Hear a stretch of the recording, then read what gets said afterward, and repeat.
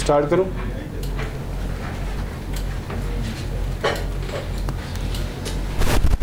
Bismillahirrahmanirrahim.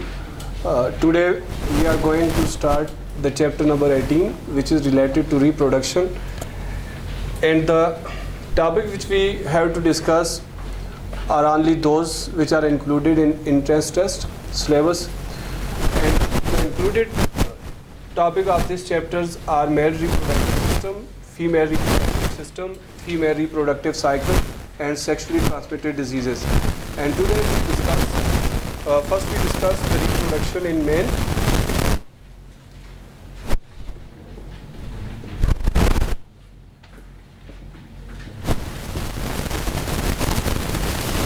अब mail में reproduction जब हम देखते हैं तो वुमेन मेल का रिप्रोडक्टिव सिस्टम कंसिस्ट करता है पेयर ऑफ टेस्टिस पे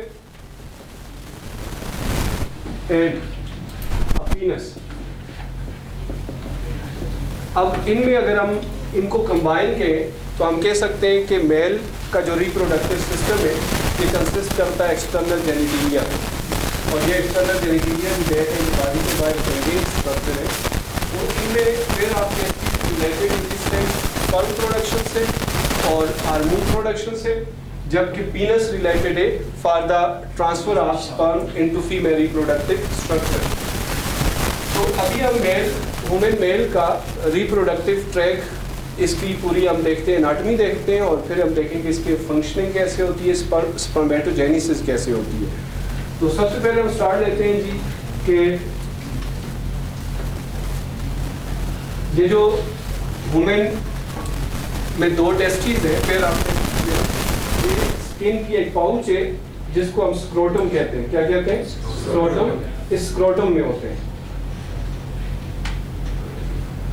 अब ये जो टेस्टिस है इनमें से हम एक को डिस्कस करेंगे। तो आपको पता है कि टेस्टिस के अंदर इस तरह की बहुत सारी ट्यूब्यूल्स होती हैं, और इन ट्यूब्यूल्स को हम क्या कहते हैं? Seminiferous tubules.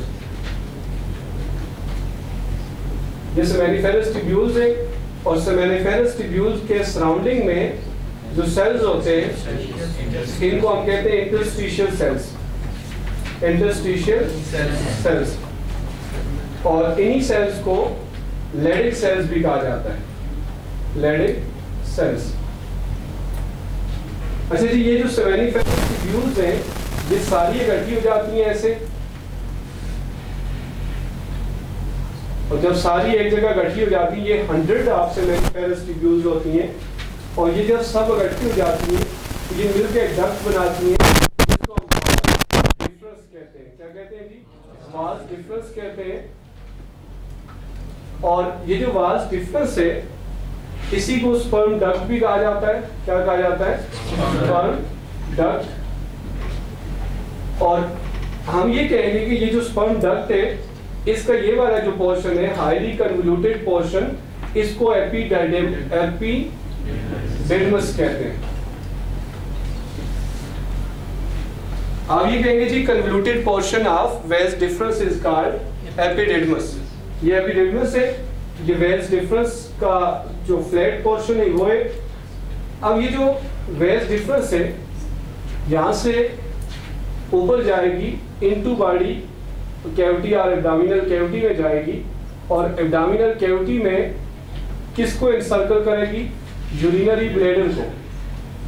यूरिनरी ब्लैडर को ये एनसर्कल करेगी, और इसके बाद ये डाउनवर्ड आएगी ऐसे, और जब ये डाउनवर्ड आएगी तो आगे आके एक जगह से ये स्वेल हो जाएगी। जहाँ पे ये स्वेल होगी इसके स्वेलन पोर्शन को एम्प्यूला कहते हैं, और इस एम्प्यूला के साथ ही इस जगह पे एक पेयर ऑफ वेसिकल है जिसको हम कहते हैं जर्मिनल वेसिकल। इनको जर्मिनल वेसिकल कह सकते हैं, या आपकी बुक में इनको क्या कहा गया जी? Seminal vesicle. ये जो सेमिनल वेसिकल्स है ये पेयर है सेमिनल वेसिकल का, और यहाँ से आगे जब स्पर्म डक्ट गुजरती है तो फिर इसको हम कहते हैं एजैकुलेटरी डक्ट। क्या कहते हैं? Ejaculatory duct. ये एजैकुलेटरी डक्ट है, और एजाकुलेटरी डक्ट आगे जब आती है तो यहाँ पे आगे प्रोस्टेट ग्लैंड है जो इसके साथ कनेक्टेड है, प्रोस्टेट ग्लैंड। और ये जो प्रोस्टेट ग्लैंड है इसी के करीब मिलकर यहां से आपको पता है यूरिथ्रा आ रहा है। क्या आ रहा है? यूरिथ्रा आ रहा है। और यूरिथ्रा और एजाकुलेटरी डक्ट यहाँ पे आपस में मिल जाएगी। और जब ये दोनों डक्ट्स मिल जाएंगी तो फिर हम इसको यूरिथ्रा नहीं कहेंगे, बल्कि हम इसके लिए टर्म यूज कर लेंगे यूरिनोजेनिटल डक्ट। Urinogenital duct. अब यूरिनोजेनिटल डक्ट इसको क्यों कहते हैं? क्योंकि अब इसी से एक टाइम में यूरिन फ्लो करेगा और इसी से एक टाइम में स्पर्म फ्लो करेंगे। यूरिनोजेनिटल डक्ट है। अब इसके करीब यहाँ पे इसके साथ अटैच है बल्बो यूरिथ्रल ग्लैंड। कौन सा ग्लैंड? Bulbo urethral gland. अच्छा, ये जो यूरिथ्रा आ रहा है, ये जो यूरिनोजेनिटल डक्ट आ रही है, अब ये किसका पार्ट है? पीनस का पार्ट है। यहाँ से आगे ये किसका, जब ये बॉडी से दोबारा आउट आ जाती है, बाहर आ जाती है, तो ये पीनस का पार्ट बन जाती है। अब ये जो मेल कॉपुलेटरी ऑर्गन या पीनस है, अब पीनस 2 टाइप्स की इरेक्टाइल टिश्यू का बना हुआ है। अब ये जो 2 टाइप्स की इरेक्टाइल टिश्यू है, तो इनमें से एक टाइप की 2 टिश्यू है जिनको कार्पस कैवर्नोसा कहते हैं। तो यहाँ पे कार्पस कैवर्नोसा है और ये भी कार्पस कैवर्नोसा है, और इसके नीचे कार्पस स्पोंजियोसम है।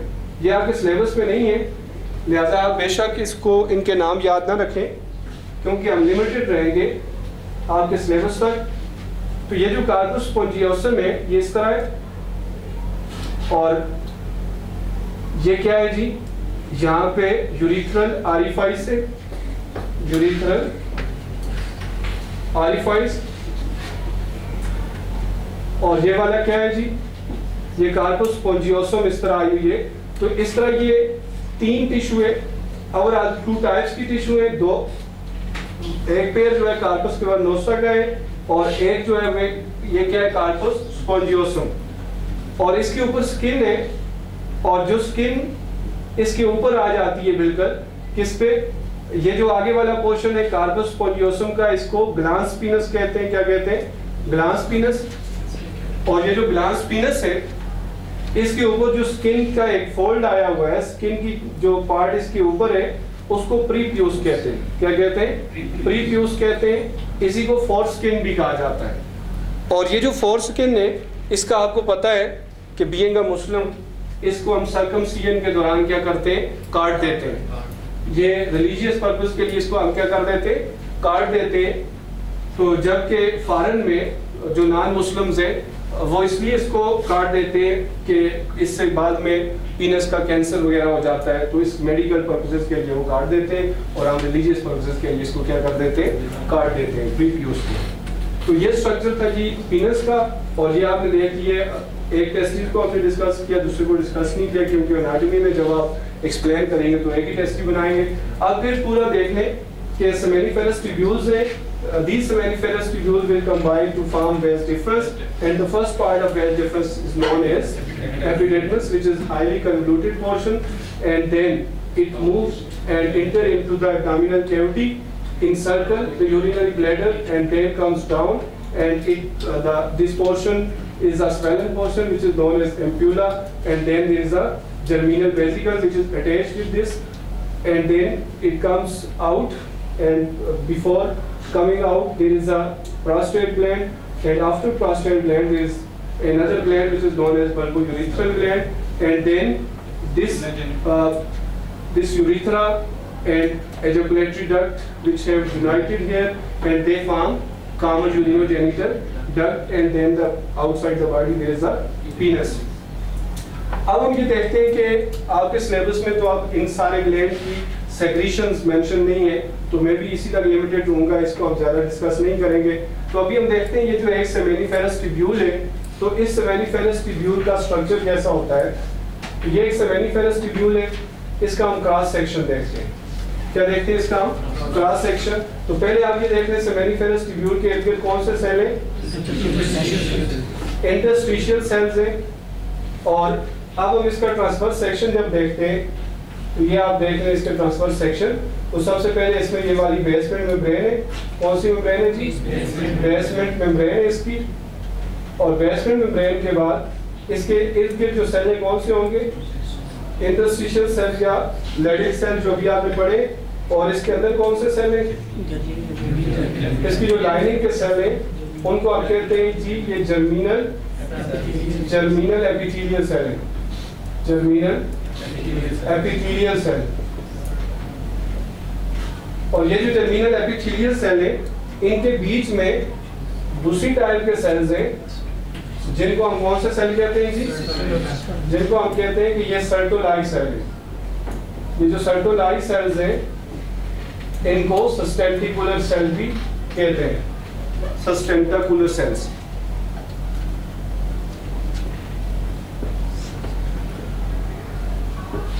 अच्छा जी, अब हम देखेंगे कि स्पर्मेटोजेनेसिस कैसे होती है। एनाटॉमी के बाद अब हम इसकी फिजियोलॉजी की तरफ आते हैं कि ये जो मेल रिप्रोडक्टिव सिस्टम है इसमें स्पर्मेटोजेनेसिस कैसे होती है। तो स्पर्मेटोजेनेसिस, इससे अक्सर एंट्री टेस्ट में एक क्वेश्चन आता है स्पर्मेटोजेनेसिस। तो स्पर्मेटोजेनेसिस कब स्टार्ट होती है जी? At the time of puberty. क्योंकि at the time of puberty last में आपने पढ़ा था कि एक हार्मोन आता है एंटीरियर लोब ऑफ पिट्यूटरी से जिसका नाम है फॉलिकल स्टिमुलेटिंग हार्मोन। ये एंटीरियर लोब ऑफ पिट्यूटरी से आता है और इसको गोनेडोट्रोफिक हार्मोन कहते हैं पिट्यूटरी का। और इसकी वजह से सेमेनिफेरस ट्यूब्यूल के अंदर जो जर्मिनल एपिथेलियल सेल्स हैं, कौन से सेल्स हैं जी? Germinal epithelial cells. Germinal epithelial cells में डिवीजन स्टार्ट होती है, मीन के स्पर्मेटोजेनेसिस स्टार्ट हो जाती है।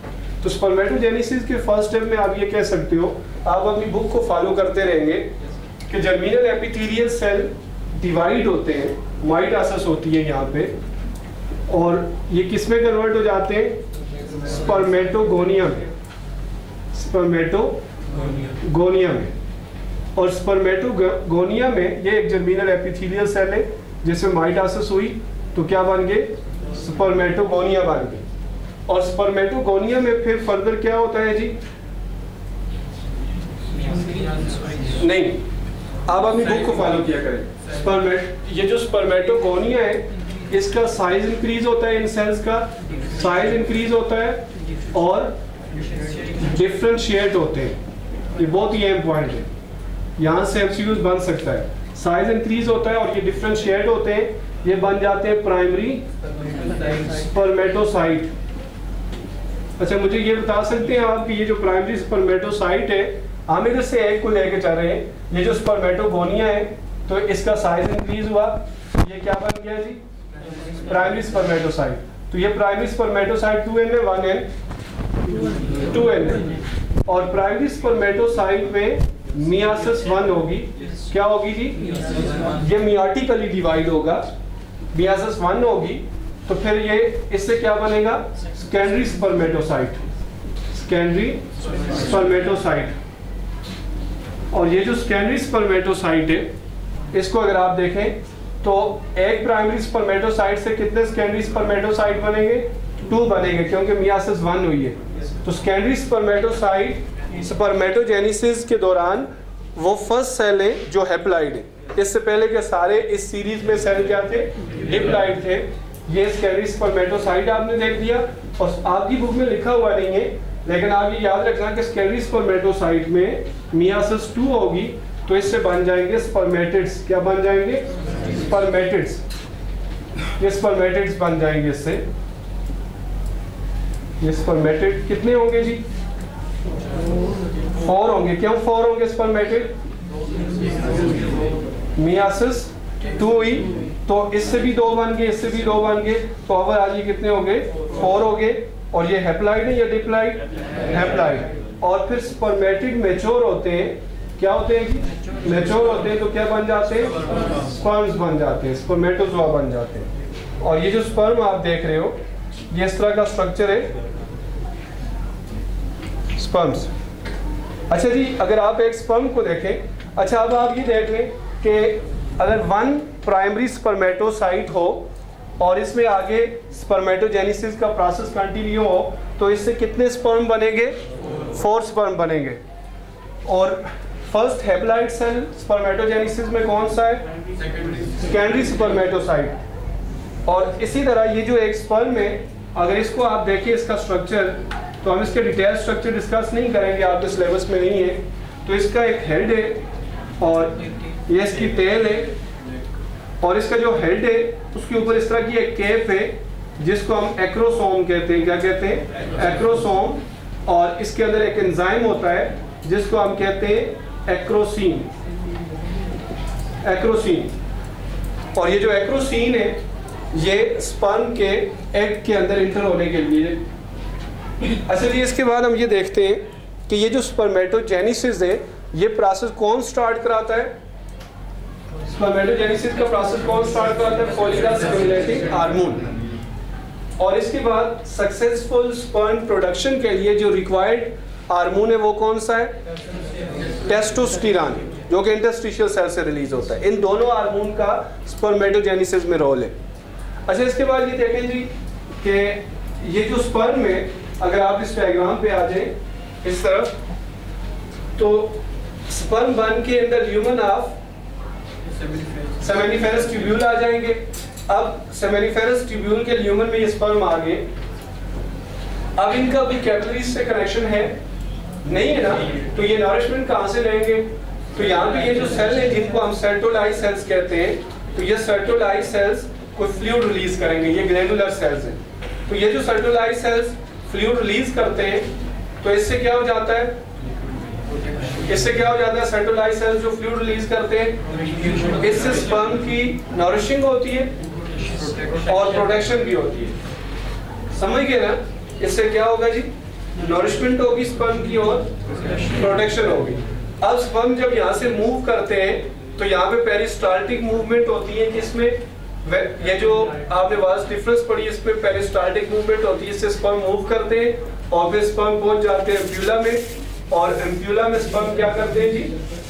एम्प्यूला में स्पर्म क्या करते हैं? स्टोर हो जाते हैं। और फिर इसके बाद स्पर्म जब यहाँ से आगे मूव करते हैं, जब एजैकुलेशन का टाइम आता है तो ये यहाँ से आगे मूव करते हैं। तो इन स्पर्म में जर्मिनल वेजिकल, ये जो सेमिनल वेजिकल आपने पढ़ी है, यहाँ से कुछ सेक्रीशन शामिल हो जाती है, प्रोस्टेट ग्लैंड की कुछ सेक्रीशन भी शामिल हो जाती है, और कुछ सेक्रीशन स्पर्म के यहाँ मूव करने से पहले यहाँ से रिलीज होती है। किससे? बल्बोयूरेथ्रल ग्लैंड से। तो ओवरऑल इसके बाहर डिस्चार्ज होने से, एजैकुलेट होने से पहले हम ये कह सकते हैं कि ये जो स्पर्म है क्या है जी? Sperm plus fluid from glandular cells from different glands combine to form semen। जो मेल की एजैकुलेशन होती है that is called semen। और semen में sperms होते हैं, मिलियंस के हिसाब से sperms होते हैं, और इसके अलावा क्या होता है इसमें? semen 3 to 4 मिलीलीटर जो है वो एक टाइम में फ्लूइड एजैकुलेट होता है, semen एजैकुलेट होता है, जिसमें मिलियंस के हिसाब से क्या होते हैं? sperms होते हैं। This was all about the male reproductive system। Now we will discuss the female reproductive system and oogenesis।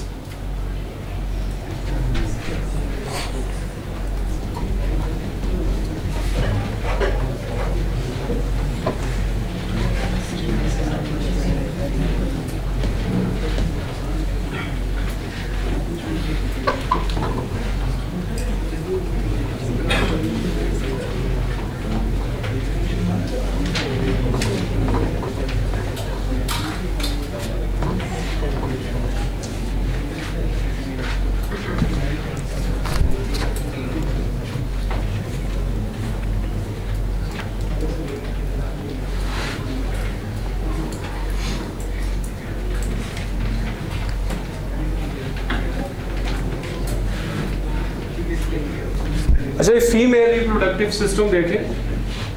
Female और रिप्रोडक्टिव सिस्टम, जब हम फीमेल रिप्रोडक्टिव सिस्टम की बात करते हैं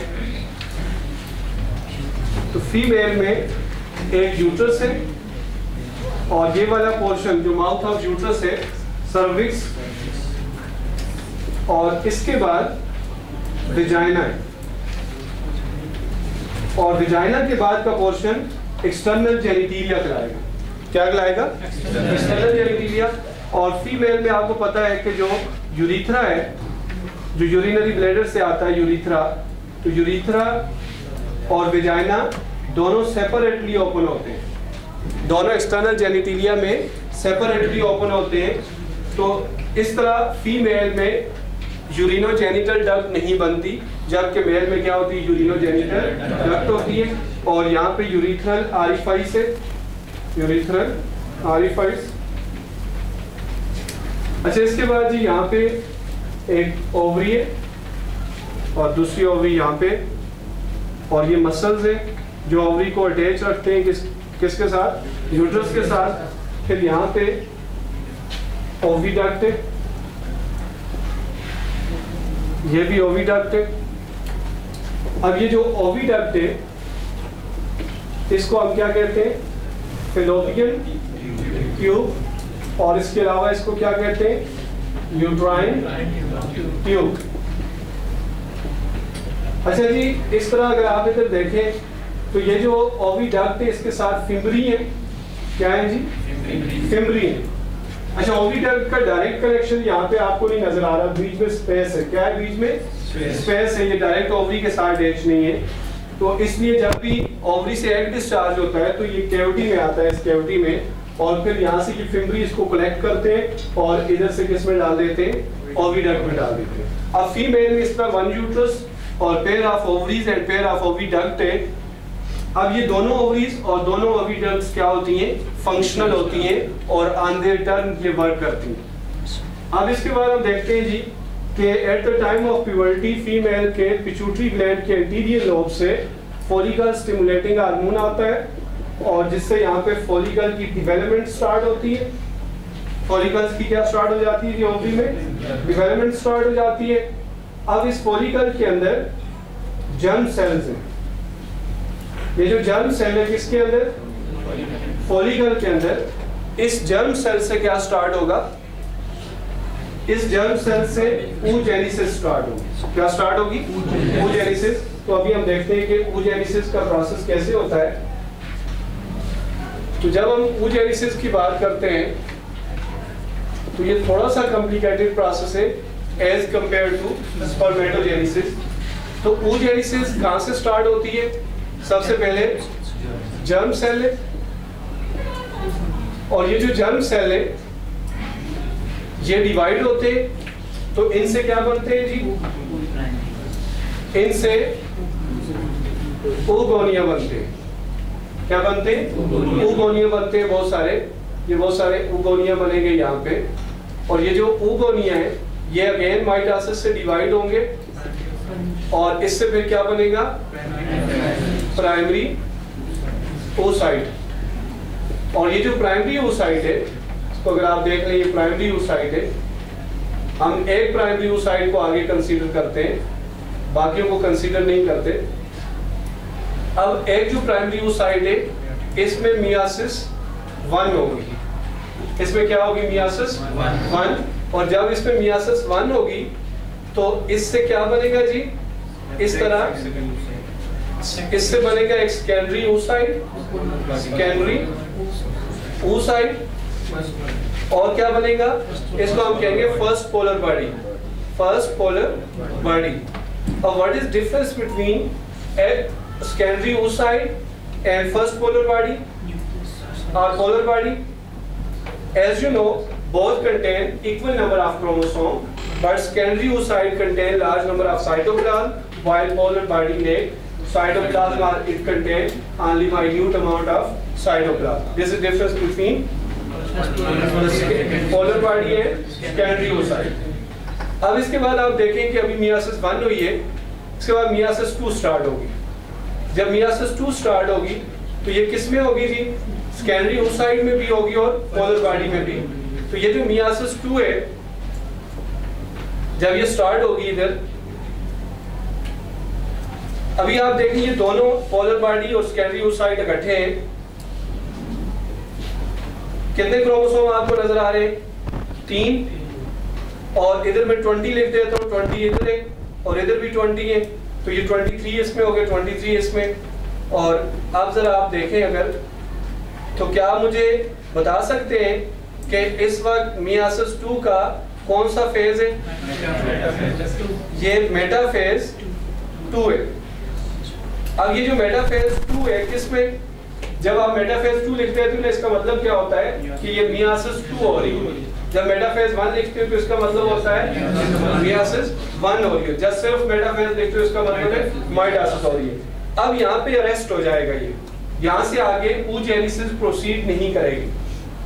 अब यहाँ से आगे oogenesis प्रोसीड नहीं करेगी, मेटाफेज 2 पे ये सेकेंडरी ये जो मियासिस 2 है ये स्टॉप हो जाती है अनटिल के स्पर्म का स्टिमुलस मिले इसको। और आप ये समझते हैं कि स्पर्म का स्टिमुलस यहाँ तो मिल नहीं सकता, स्पर्म हमारे हार्डली इस रीजन तक जाएंगे, यहाँ से निकल के इधर ओवरी के अंदर नहीं जा सकते, तो स्पर्म का स्टिमुलस यहाँ तक नहीं मिल सकता।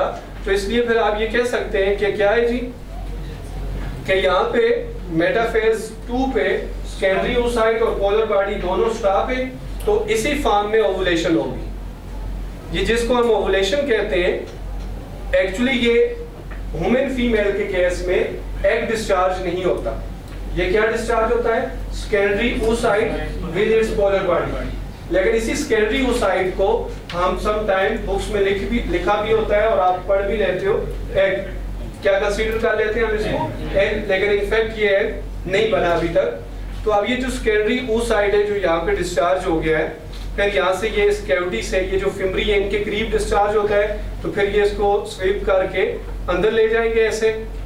ये जो प्रॉक्सिमल पोर्शन ऑफ ओविडक्ट है विद रिस्पेक्ट टू ओवरी, ये कौन सा पोर्शन होगा? Proximal portion of oviduct. तो स्पर्म यहाँ से मूव करके जाते हैं ऐसे।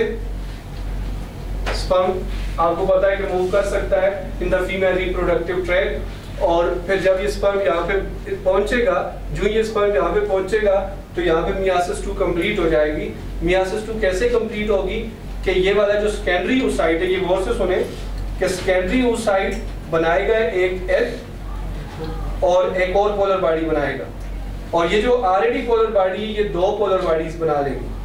देख लिया जी आपने, इसमें कितनी पोलर बॉडीज होगी? 3 पोलर बॉडीज होगी, और कितने एग हो गए? 1 एग हो गए। अच्छा, ये जो एग है आपको पता है कि इसके साथ तो स्पर्म अटैच हो गया है।